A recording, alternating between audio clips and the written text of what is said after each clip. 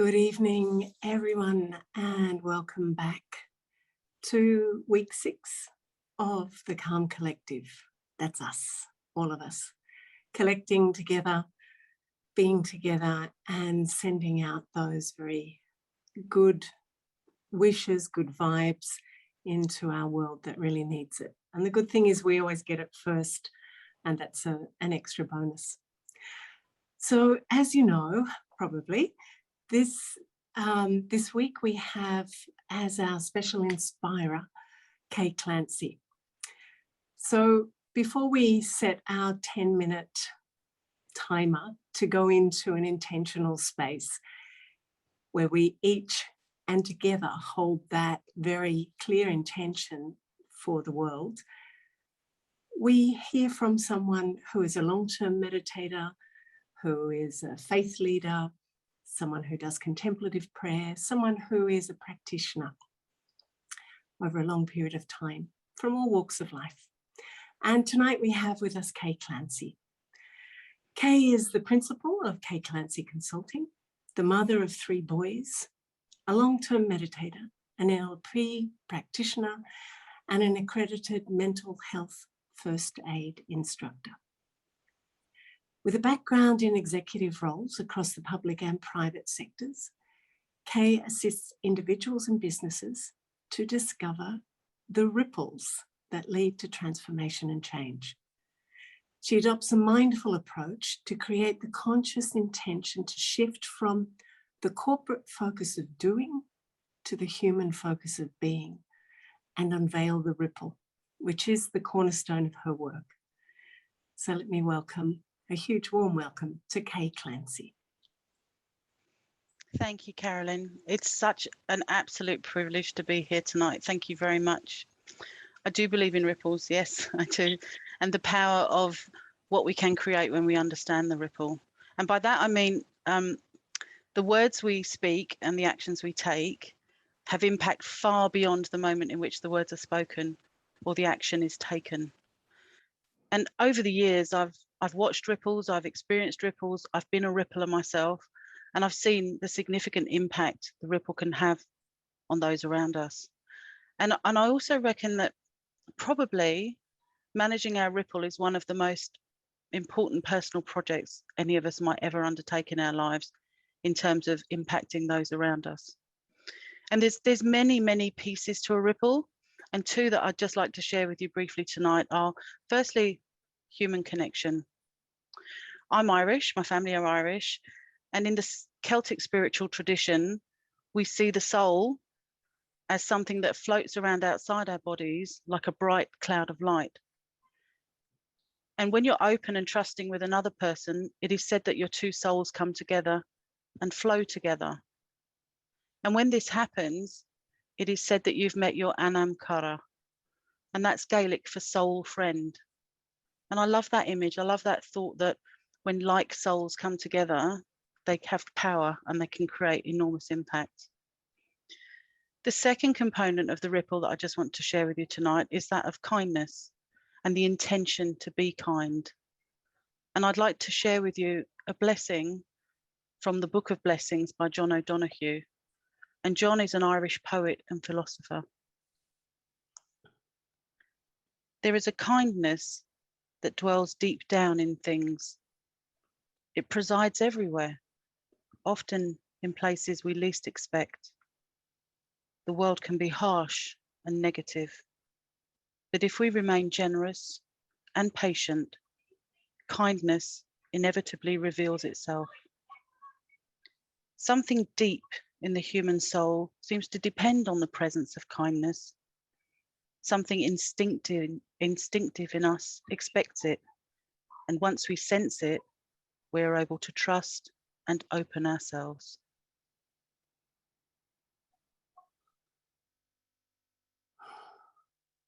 Wow, thank you so much, Kay. Exquisite entry point into our intention for this evening. So my job is to gather up something that we can all focus on very intently. And I love this idea that there's kindness in everything, everyone. and that it reveals. And I'm going to suggest that we hold an intention that we ripple out, that wakes up this kindness in everyone that's in our world, in our reach. So a big ripple that wakes up this kindness, it's inherent, for the next 10 minutes.